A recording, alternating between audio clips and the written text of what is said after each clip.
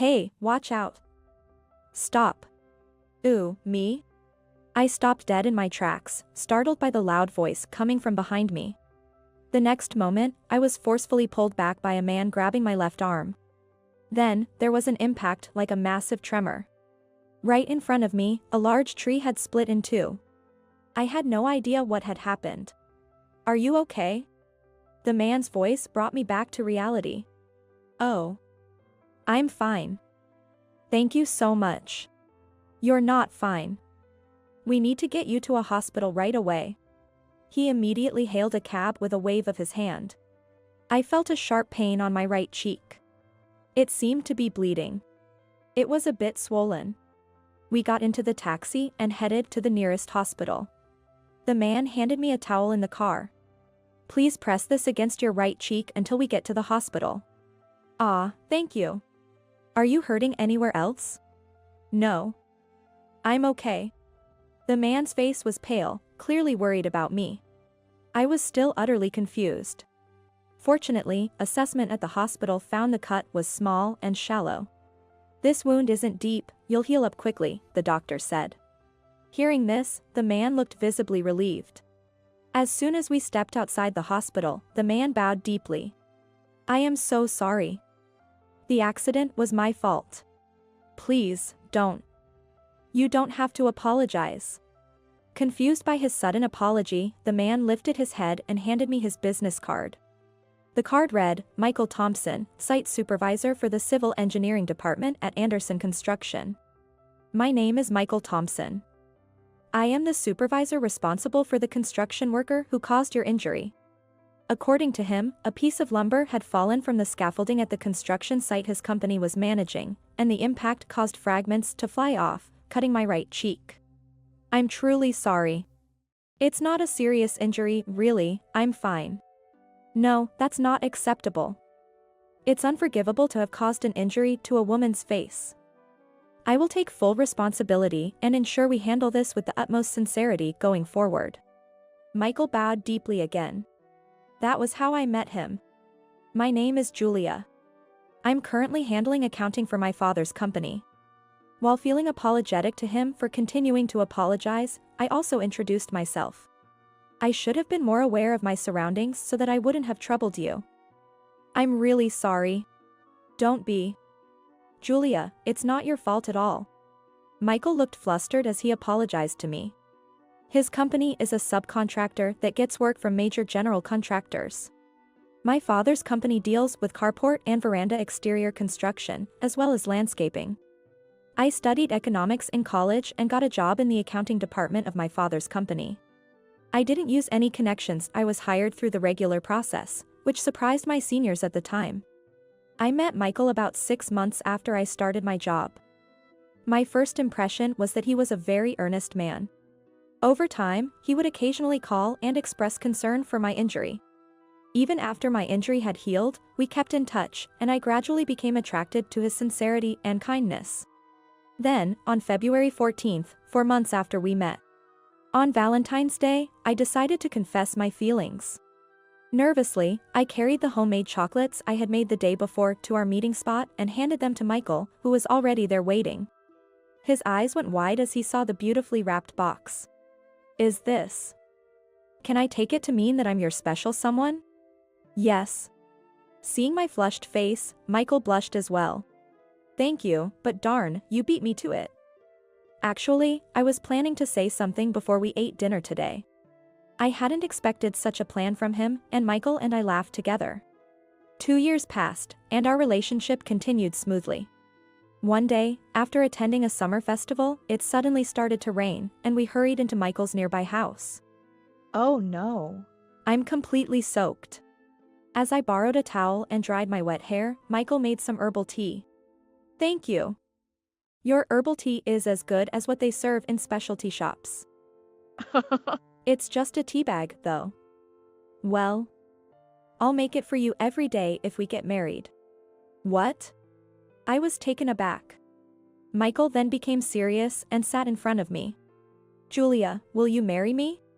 I was stunned, facing the earnest look in Michael's eyes. I hadn't anticipated a proposal. Is that a no? He asked, seeing my silence. Snapping out of it, I nodded vigorously and smiled. Yes. I'd be honored. For a moment, there was silence, and then Michael exhaled deeply. Phew. I'm relieved. I was nervous you'd say no since you didn't say anything. Sorry. I was just surprised. I actually wanted to prepare a ring, but I thought it would be proper to ask for your parents' blessing before doing that. Let's go pick one out together after getting their approval. Watching Michael talk with a shy smile, I thought again how sincere he was. The next day, he was set to visit my parents' house to formally introduce himself. When I told my mother the previous day, she agreed without hesitation. It was supposed to be a day of celebration, announcing our engagement, but for some reason, I was so nervous since morning. At 10 a.m., the doorbell rang. It was an hour before my appointment with Michael. Wondering what was going on, I went to the door and saw my sister, who had married last year, and her husband standing there. Sis? What are you doing here? I heard it from Mom. Your boyfriend's coming over to say hi, huh? That's why I decided to drop by. Susan chuckled as she nudged me with her elbow. You too, John? Sorry for bothering you this early in the morning. As a brother-in-law, I wanted to see what kind of guy my sister's boyfriend is. John graduated from a state university and joined my father's company's HR department right from the start, dating Susan for about a year before they got married last year. He's quick-witted and good at his job, so he's quite relied upon by everyone around him. At 32, he's even rumored to be the next president. Dad, a firstborn son and also a state university alumnus, took to John quite well, having no hesitation in accepting him as a son-in-law. I, on the other hand, always found people like John, who seemed a calculating person with a friendly smile, quite difficult to deal with. You can never tell what he's thinking, and sometimes his eyes don't smile. Every time John comes over, he usually brags about his alma mater. I'm forced to hear the same stories over and over again, and it's painfully annoying. 5 minutes before the appointed time, Michael arrived. When I went to greet him at the entrance by myself, Michael was wearing a sharp suit. It was refreshing to see him out of his work attire. Welcome. My parents are in the living room, let me show you the way. As I opened the living room door, he bowed to my parents. Nice to meet you. Thank you for taking time out of your busy schedule today. I'm dating Julia. My name is Michael. Nice to meet you.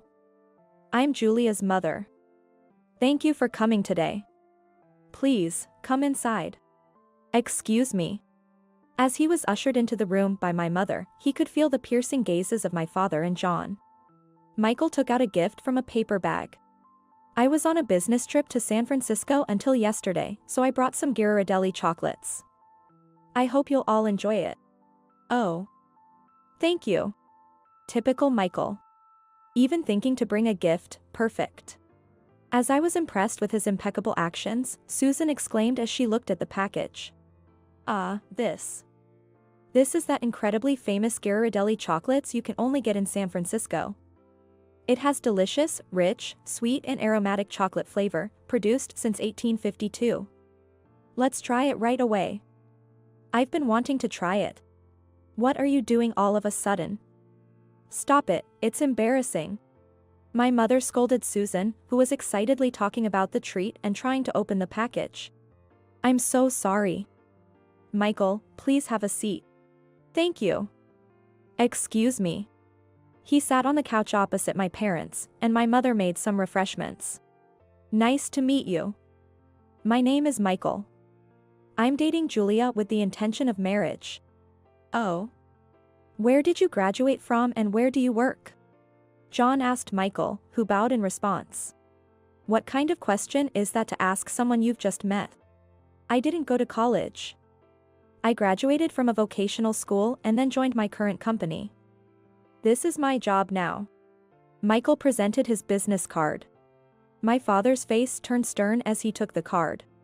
Then John, with a nasty grin, said condescendingly. Anderson Construction.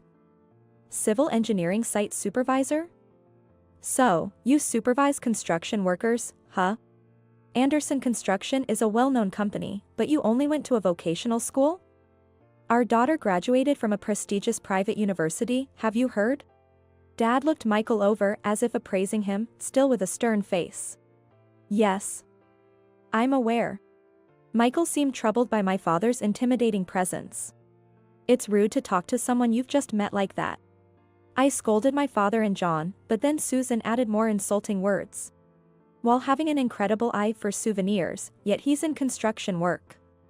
And the fact that she's more educated and smarter than him, what does that say about him as a man? Julia is, after all, a CEO's daughter. She should at least be with someone who has a decent education and is a respectable person. Even you, sis. Cut it out. I'm just stating the facts. As I glared at Susan, an awkward silence filled the living room. Amidst this, our mother brought in pizza for everyone. It's a bit early, but shall we have lunch? It seemed she hadn't heard our previous conversation. With a smile, she placed the sushi in front of everyone. Please, Michael, don't hold back. Thank you. Michael replied, as he took the fork and knife. Then, John, who was sitting nearby with a smug grin, reached stealthily for his glass of water. In a flash, the glass tipped over, spilling the water all over Michael's plate. Oh no. Well, that's unfortunate. Mom panicked and hurried off to get a towel. I had been holding back, but I finally lost it. John, you might be good at studying, but you're an idiot for not understanding what you've just done. Wasting food and spilling water like that, I didn't think you were that kind of person. Julia. Watch your language. My father frowned and scolded me, but I ignored him and continued. Michael is in line to become the CEO. He's been out on the most important job sites, gaining experience and learning the business. Really? The three of them were taken aback by my words. Mom, who had returned, seemed to have overheard and said with a bright smile. So you are Michael. You're set to inherit the company, aren't you? Starting from the bottom and working to understand the business is a commendable attitude. Huh? Mom, how did you know that? Michael and I were both surprised. Mary Anderson. I met Michael's aunt at yoga class, she's a friend. She always talks about Michael, her pride and joy, who chose vocational school over college, passed the national exam for civil construction management, and within 5 years at Anderson Construction, passed the advanced level, a nephew with such bright prospects. For Mr. and Mrs. Anderson, who don't have children, Michael is a beacon of hope. Hearing this, John and Dad turned pale, and Susan looked down, embarrassed. Mom pressed on. John. Is spilling water on people's plates some kind of hobby for you, or was it, perhaps a mean trick on Michael? Her voice was gentle, but her eyes weren't smiling. This must be some misunderstanding. John was sweating, trying desperately to explain. Anderson Corporation, managed by Michael's uncle, is one of the leading general contractors. And Michael, who is set to become CEO of the subsidiary Anderson Group, has been trusted with various projects by the parent company. It wasn't hard to imagine what it meant to show disrespect to the future president of such a company. Michael, let's go out to eat instead. I took Michael by the hand and stood up, and Mom saw us to the door. We'll have a proper meal together soon, just the three of us, without them. Michael. I'm so sorry for today's disrespect. I'll have a word with those three. No, it's okay, really. Please continue to look after Julia. Mom bowed her head with a smile. We hadn't discussed marriage yet, but we both felt relieved at her words. Thank you for today. I will definitely make Julia happy. Excuse us, then. And with that, Michael and I left the house.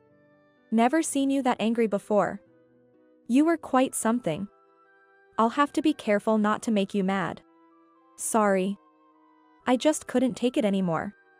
No, it was good to see a new side of you. After that, we had dinner at a nearby restaurant and I saw Michael off at the station. A few days after, we immediately went to register our marriage, and then went to buy an engagement ring. Looking at the ring on my finger, I happily reported to Mom that we were officially married. After moving out of my parents' house, I moved into Michael's apartment, and at work, I handed over my duties to a contract staff member. I just couldn't keep up with my father, my sister, and my brother-in-law. Therefore, I decided to leave the company. After that, Michael officially became the CEO. He invited me to work with him temporarily, but I declined. I figured it was a good opportunity to start something new, so I decided to learn cooking. Nowadays, I'm getting daily cooking lessons from Mom. Actually, after a fight with my dad, she said she'd be taking a little break from home, so now we're living together. Dad must be having a tough time without her, not knowing his way around the housework, but it's a good chance for him to appreciate all the hard work his wife does. Susan is also having a spat with her husband and is currently living separately. According to a colleague, John, who was once so confident in his work, now spends his days just sighing and staring out the window, and apparently, he's become more of a nuisance than anything. As for me, I'm getting married to Michael and I intend to work on my cooking skills, so I can prepare delicious meals for him and our future family. We couldn't have a wedding, but right now, I'm really happy.